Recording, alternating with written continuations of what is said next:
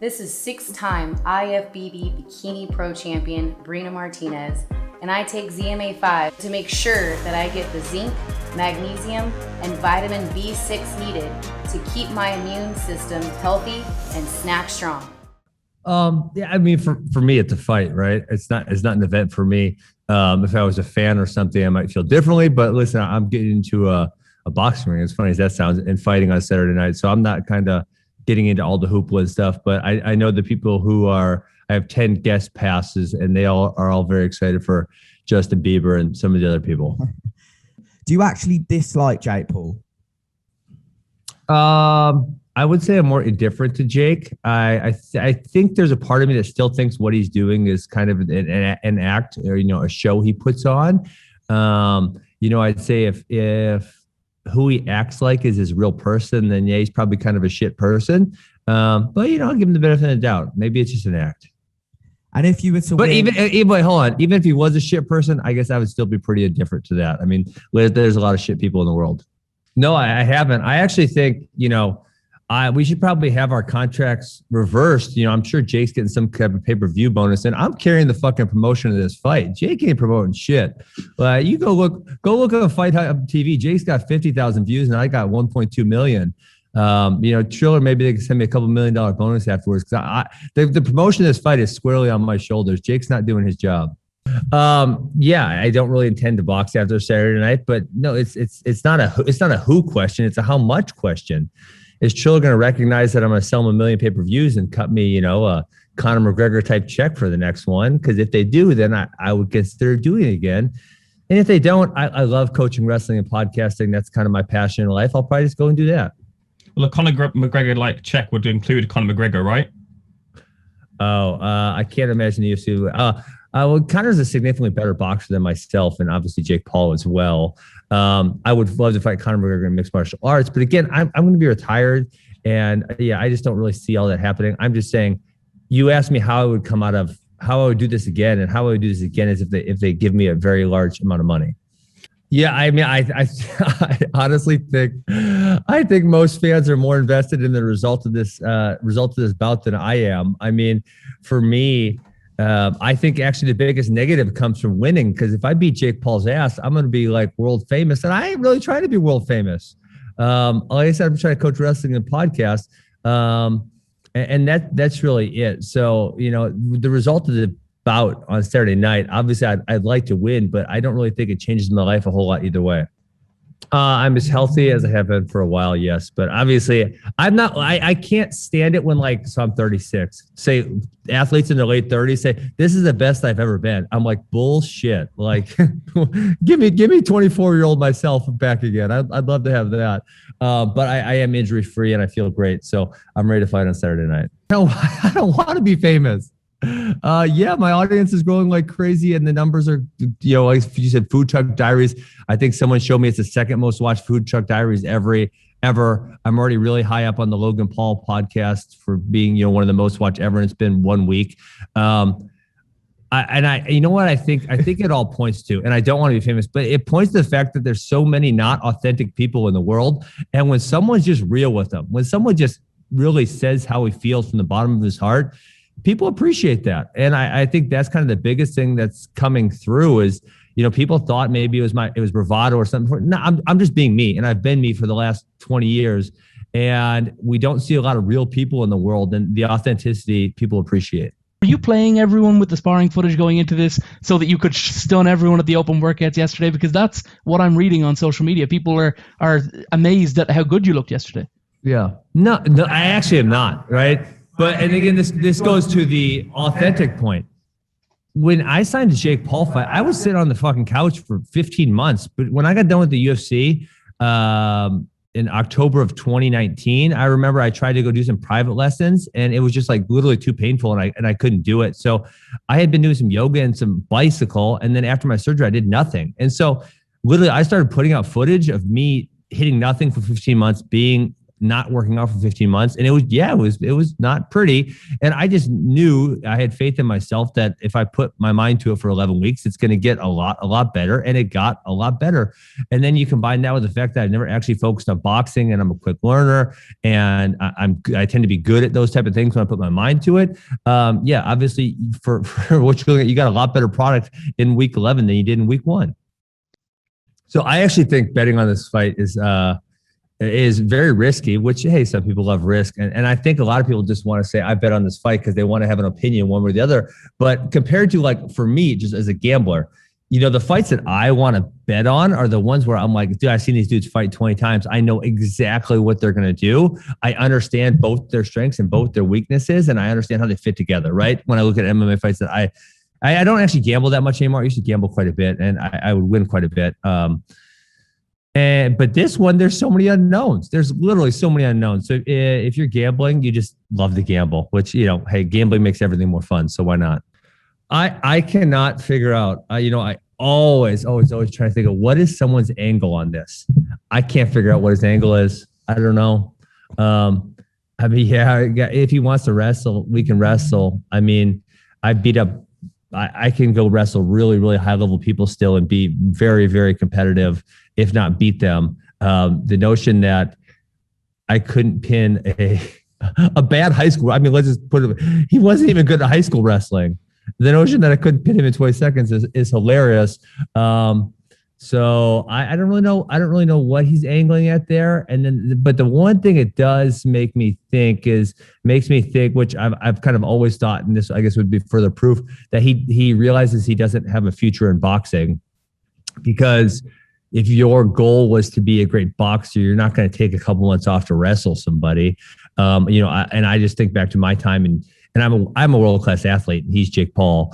I remember my time in 2010, I tried to both wrestle and do mixed martial arts as in the Bellator tournament, and it sucked. And I was not optimal in either one because I was splitting my time. So I don't understand the angle there. You guys saw yesterday, right? I mean, read the comments on that video. There's millions of views. Go read the comments. Yeah, people saw it. And that was my whole premise is I understand that I suck at this, but I understand I'm a world-class athlete, and despite the fact that I don't look like it, right? Sometimes can't judge a book by the cover, and that I'm a world-class learner. I understand how to learn things really well. And give me 11 weeks at trying this, and I'm going to be way better. And that's what you guys saw yesterday. Frankly, it's been a bloodbath. If we're talking trash talk, it's not even a 10-8. It's more like a 10-7 or I don't think we've seen a 10-6 in mixed martial arts, but something like that. And it's just, this guy has, he only picks the lowest hanging fruit because his audience average age is 13 and a half. And, like the lowest hanging fruit just isn't going to work against me. You're going to have to come with something creative or something intelligent. He just has lacked the ability to do so. Sounds like it might be Eddie Alvarez who'll be the next MMA star jumping over to box somebody for Triller. I was just wondering, What are your thoughts on Eddie possibly getting in there to box Oscar De La Hoya in June? Well, I love Eddie because he's a Bitcoiner. And I felt bad about his last fight because I didn't agree with the referee's call at all. But I actually heard it's going to be Tyron Woodley. That's what I heard. I mean, what advice do you have for him? Obviously, you guys have been really close. What is your advice for him? Tyron's a much better boxer than myself. I don't got any advice for him. You don't try to give advice to someone that you're worse than. I'm I think I'm borderline autistic actually, and I have very specified interests, and I can't stand talking to people about things that don't really matter to me. And I know it's really bad. My wife gets upset with me about it, and she probably should, right? It's fair.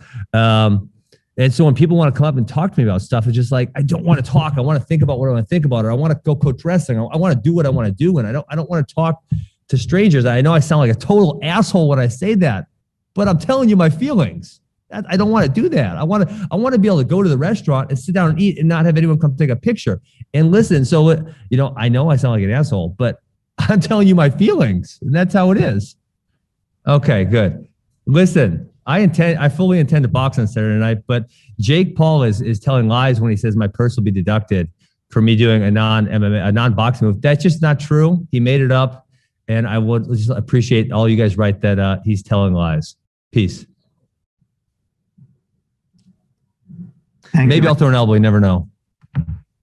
Thank you, Ben. We appreciate it. You don't like fighting your friends, but is there still a potential fight between you and Logan Paul? I know you teased that a couple of times. It depends what day you ask us, right? I think a lot of people want to see that. I think it would be massive, but at the end of the day, our parents don't want us to do it. And I don't know if I would even want to do it. Sometimes we're mad at each other and we want to punch each other. And other times, like right now, we're perfectly getting along and supporting each other and everything. So the world may never see Jake Paul versus Logan Paul, but hey, you never know. Yeah, for sure. I use it all as gasoline in the gas tank to work harder every single day. And I know that going into this fight. And I know that for the past 3 fights I've had is everyone wants to see Jake Paul lose. And that's why I work so hard every single day and surround myself with the best team and take this so seriously, because this fight means everything. You know, losing is not an option, quite literally. It just isn't an option in my head, and it's not it's not going to happen. I'm excited for Dana White to lose $1 million, but other than that, you know, I'm going to prove millions and millions and millions and millions of people wrong. And they have, like you said, motivated me to become the best version of myself over the past couple of years. I see myself as an elite fighter right now, a young prospect with a lot of motivation, a lot of hunger. And I think people see me as a shitty amateur. So there's a sort of a big difference, and there's a big gap in between where I'm actually at and what the general audience will think. But I'm excited again to show my ability on Saturday against Ben, who is a world-class fighter.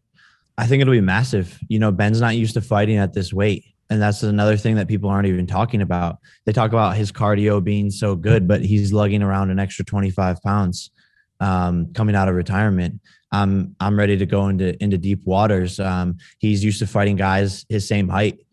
Masvidal, you know, I've been training with Masvidal a bit, and it's like I'm towering over Masvidal. That's the type of guys that Ben is used to fighting. And people always say when they meet me, they're like, damn, you're big. You're bigger than I thought, all the time. And so that'll play a huge factor. And he won't be able to get close to me. He won't be able to do all the things that he's planning on doing. He's talking about coming in with defense and pressure. That pressure and him coming forward is going to get him knocked out. Honestly, haven't. I think, you know, my team helps me reflect on sort of where I've gotten to and how far I've come. But I've just been going nonstop and haven't really had a chance to look back and be like, wow, that's crazy, or this is crazy. I think it's starting to set in a little bit.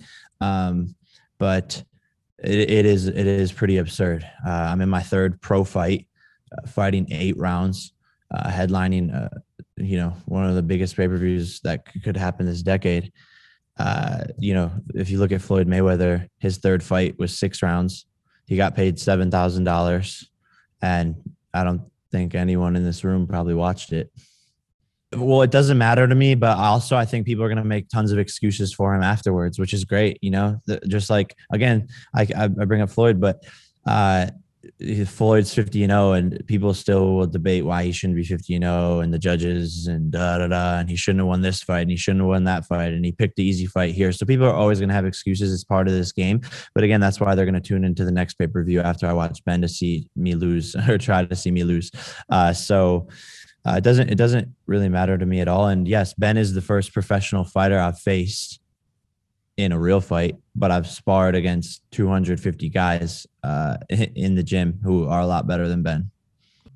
I want to continue to challenge myself with my opponents and continue to build up my level of competition and to make history with historic events and break pay-per-view records and fight big names and just have fun, man. Like this is such a fun sport. This is such a fun time, and these events are so cool, and I want to bring more eyeballs just in general. I think we both are on a road to each other. he wants another boxing fight. He wants to fight Manny Pacquiao. He would get toasted. He just keeps on taking L's. So I think him fighting me would not only be his money fight, but it would technically be the easiest challenge, right? I think fighting Jake Paul would probably be easier than fighting Manny Pacquiao, and it would be just as big. And I think we're a lot closer to a Jake Paul Conor McGregor fight than anyone thinks. I think it could happen in the next 24 months. So this guy has 21 fights, right? And all of a sudden, this is the biggest payday of his career, and there's a reason for that. Ben Askren had his dick in his hand in Wisconsin, not doing shit. I brought him out of retirement, revived his career, and so I think it's hilarious that he thinks that. He's under these bright lights in front of all of you because of me. I could have picked anybody to be in Ben Askren's position, and everyone that I fight becomes a global superstar for 15 minutes. Then I knock them out and no one ever talks about them again. Yeah, it was good. Like I said, these guys are all better than Ben. I think he was doing some interviews after the sparring session and was like, it was good and he was better than I expected, and he's fast, and I landed some good shots. No, you didn't. You got your ass beat, my friend. And all respect to you, I know we're not supposed to talk about sparring as boxers, but if you're gonna go out there and say, it was an even sparring match, when we watch back the tape, it's not even close. But of course, he's gonna say that it was decent and all this stuff, and protect himself. Obviously, that footage probably will never come out, and it's he said, she said. But I'm getting better. I'm getting the better of a lot of these MMA guys. And it's funny to just see what they say after the sparring sessions. Yes and no. It's a dangerous sport. And that's why when people question my dedication to it, it's like I'm showing up every single day. I'm putting my mental health on the line. My brain is on the line. I like you said, I've gone and gotten brain scans and have early signs of CTE, but I love this sport and I wouldn't trade it for anything else. And I'm a fighter, and people will see that, whether it's after Saturday night or whether it's a year from now, that they will see that I'm a fighter. I'm just having fun, and trolling. And I've sort of purposely pitted the MMA community against me. So they tune into this fight. Ta-da, it worked. Thank you so much for watching this video, and make sure to subscribe for more videos of your favorite fighters over here on Fight Up TV, and give us a follow online as well at Fight Up TV on Twitter and on Instagram. We appreciate it, guys.